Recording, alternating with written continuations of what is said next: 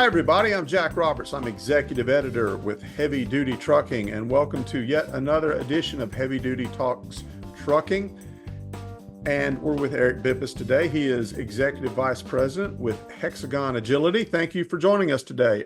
Thank you very much. Glad to be here. Jack, nice to see you again. It's been about a year. Yeah, it has. Why don't we set the stage and just kind of kick things off with a little overview of Hexagon Agility and what we're going to talk about today. Sure. Well, thanks for having me again. Nice to see you again. So Hexagon Agility, we're a company that's based out of Oslo, Norway. Our North American operations were based out of Costa Mesa, California. And to give you the Cliff Notes version of what we do, we package energy for commercial vehicles. So that could be various types of energy. It could be the methane molecule, natural gas, renewable natural gas.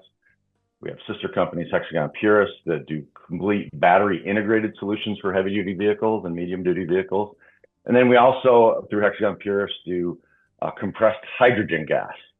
We're a minority stakeholder in a company out of Austria that does liquefied or cryogenic, both natural gas and hydrogen. So we're really focused on that heavy duty space. So in North America, if we keep North American centric, that 300 to 350,000 heavy duty vehicles that go into the market, Class 8, we're focusing on clean energy solutions for that space. We have facilities in North Carolina, Lincoln, Nebraska, California, all supporting that activity. So a lot about what we're going to talk about today is natural gas. And I know that you and I share some bemusement that CARB, EPA, some of the regulatory agencies are not all that interested in natural gas. And yet here is this really wondrous fuel that could be such an ideal middle step towards more zero emissions vehicles, but it's not completely zero. It's a near zero fuel. It's not a zero emission fuel.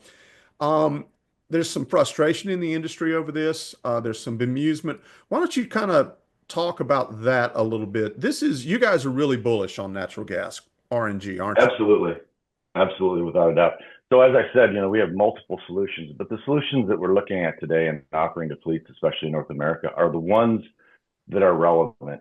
If you look at a solution and you deploy 10 trucks, 50 trucks, or even a few hundred trucks, and it has to be heavily grant funded and supported, that's probably a technology that's not ready. It's not going to be deployed in mass. So are you really going to make an impact on the environment and emissions? So we're focusing around the methane molecule, which is natural gas, could come in various forms, organic from the earth, or renewable, where you capture that methane from escaping into the atmosphere, you process it, put it into the pipeline, and then you burn it in the vehicle. So today's solutions are great. When we look at the Cummins X15N engine, that's been a lot of trumpets and fanfare over the last 18 months and now is in the market, getting great experience. From a technological standpoint, and why we're so bullish on renewable natural gas as a solution for that heavy duty space, it is the most difficult to abate space. You got a heavy duty truck hauling 80,000 pounds. It wants to go, even a day cab will want to go 600, 700, 800 miles in a day, 400 miles out, 400 miles back, get my driver back home. Sleepers, they want to go 1,000 miles plus. You have to package that energy on the vehicle. It has to be affordable. And the fleet has to realize a return on investment that makes sense. And renewable natural gas ticks all of those boxes. It's got that near zero, or depending on the source of the methane, if it's a dairy farm, it's sub-zero emissions on a well-to-wheel basis. But even at the near zero level, you have a fuel that's readily available in North America. You've got OEMs that offer the platforms with factory supported solutions readily available. You've got a dealer network ready to support those vehicles and are today. You've got a infrastructure based on filling infrastructure that is out there, 1,600 filling stations. About half of those are public, the other half are private, and we can talk more about that. So we're looking at the market and saying, we're really bullish on this. The technology is available. The fact that it's available from OEMs and they're ready to support this both upfront with the vehicle, but also in the aftermarket, supporting that vehicle 1 year, 2 year, 3 years down the road is very important. And for example, we have over 100,000 vehicles on the road today globally. So we're a big player in European transit. We got vehicles in Latin America and North America. 100,000 vehicles that are non-diesel that are alternative fuel, about 98% of those are natural gas. So this is not a new technology, a nascent technology that's experimental. It's got decades of great track record. It's been a mainstay in the refuse fleets for years now. They've Absolutely. just for example. Your drivers don't have time to waste time going off-road, rerunning a fuel card that won't authorize, or sitting on hold for support. That's where multi-service fuel card comes in. Trusted for more than 45 years, we provide the broadest truck stop network, fuel discounts, and 24/7 customer service that never leaves you hanging. Learn more at neverrollalone.com. All that's great. There is now been, of course, the election of Donald Trump caught a lot of people by surprise. I'm hesitant to ask you to look into the crystal ball, but do you think it's hard to, gosh, it's so hard to say what's going to happen next, because what we were really hoping for was to see CARB and some of these regulatory agencies say, okay, let's give renewable natural gas a shot. Could the pendulum swing back the other way? Where do you think we stand right now? I know the Advanced Clean Fleet regulation has been withdrawn. There's a lot of sort of uncertainty in the markets at the moment, right? There certainly is. And in California, it's kind of that dichotomy, right? California has done some great things on natural gas support. The LCFS standard, low carbon fuel standard. There's great compressed natural gas filling infrastructure in California. CARB announces, regularly what percent of the natural gas used by heavy duty vehicles in their state is renewable. It's like 98%. So CARB is an example of how renewable natural gas can be deployed at mass with truly renewable natural gas being used, yet the regulatory policy does not look at that as the benefit. So, we view the change in administration, certainly the ACF waiver being declined or not even pursued, is going to help the fleets. The fleets are looking at that as a positive. Now what we need to see is renewable natural gas recognized as, okay, this is part of the solution. We're confident that the industry and CARB as well will be able to convince them to, utilize renewable natural gas on a much broader basis than what they've been willing to in the past. Certainly, when you look at the electrical grid, we know there's issues in California. You look at the availability of truly green hydrogen, it just isn't ready. So the alternative is what? Stay the course with diesel and clean diesel. And there's solutions there too. But renewable natural gas has already been well adopted. Your city of LA fleet, your refuse department in the city of LA heavily use natural gas today. So this is something that won't break the bank. It can be deployed in mass. And we're confident common sense will prevail here, Jack. So one reason I was excited to talk to you today, and it's taken us a while to put this together because of all sorts of ins and outs called life. But I've done several of these videos, and I've talked to heavy duty trucking audience, and we've talked about a lot of things you just said about renewable natural gas, why it's such a good fuel. But what's really cool is you're prepared today to talk to the fleet guy watching this video and say, okay, you decide you're gonna give this a shot.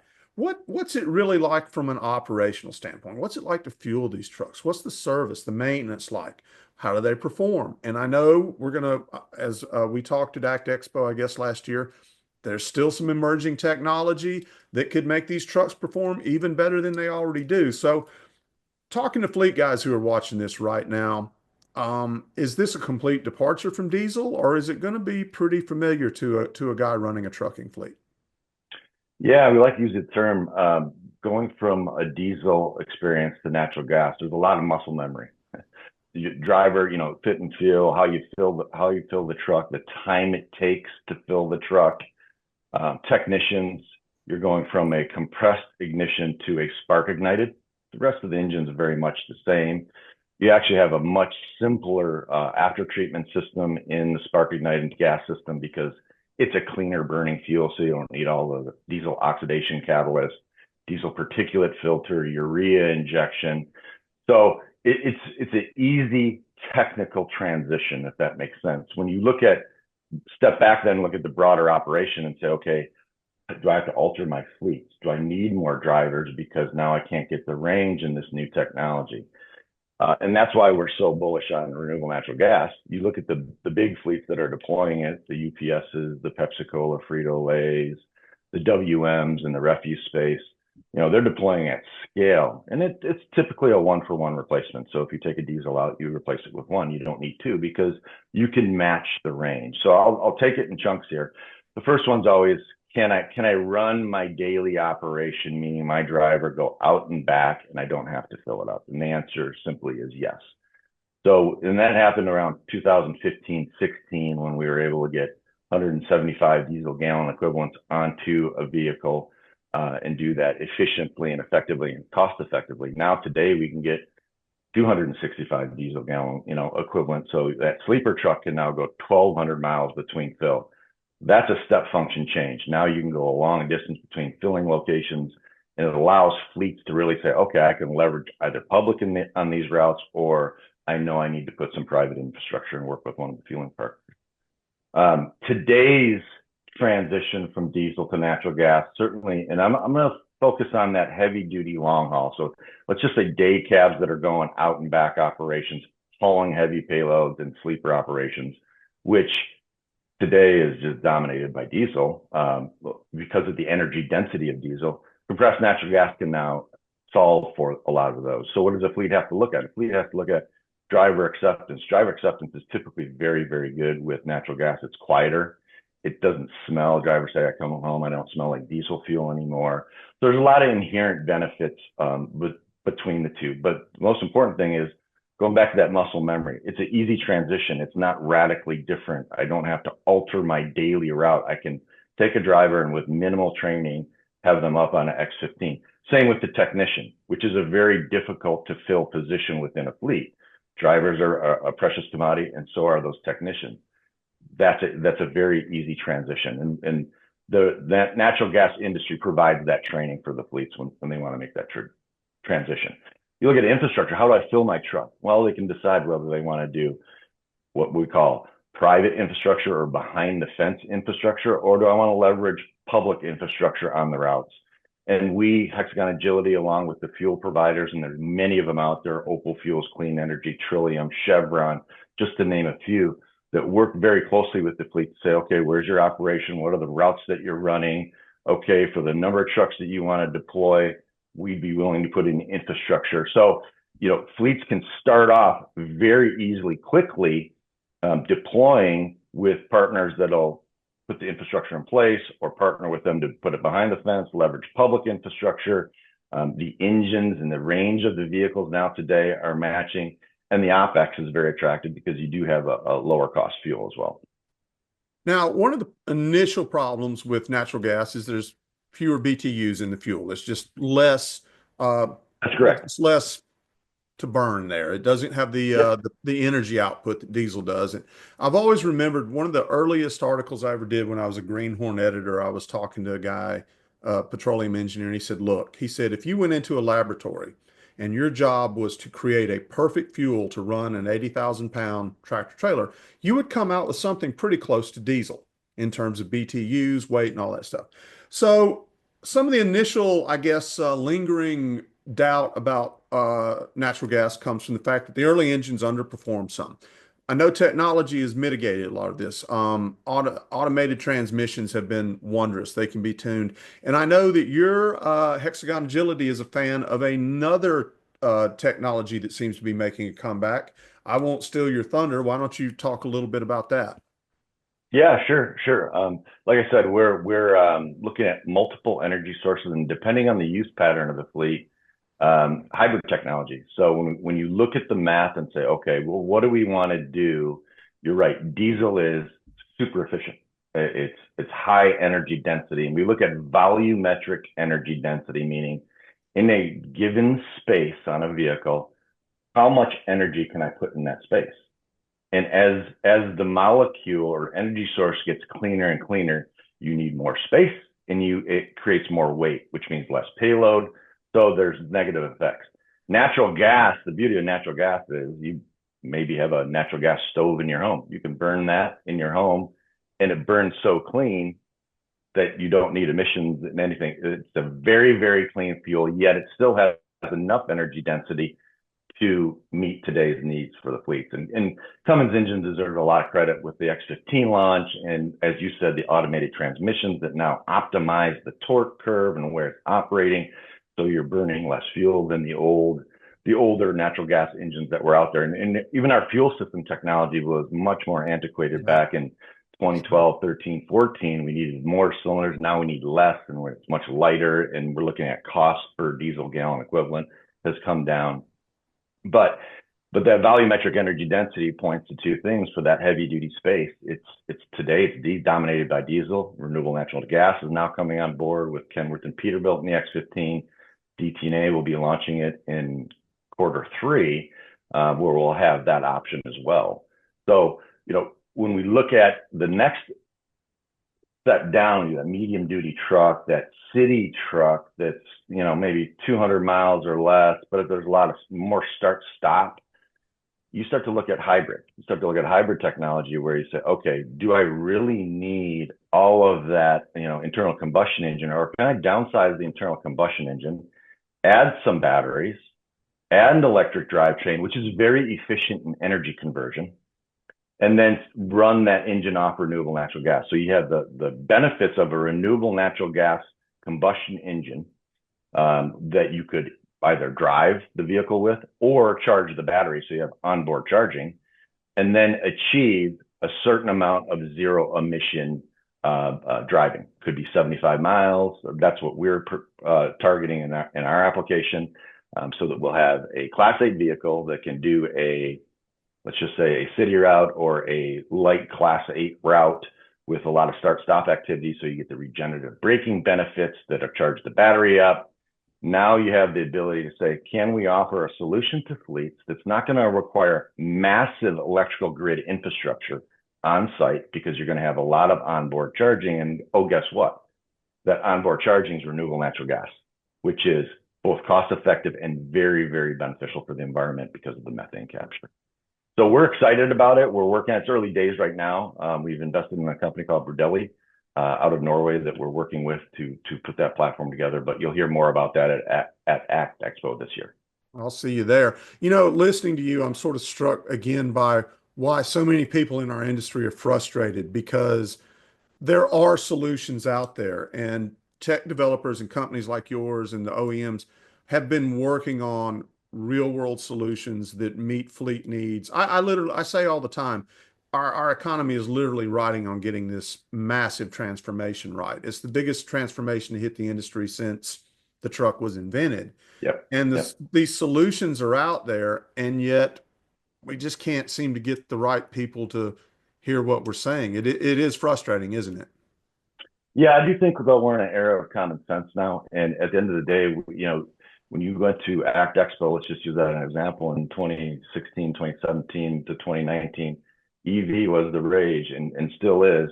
And we believe EV is a solution. Sure. I have a hybrid pickup truck, and it's highly efficient.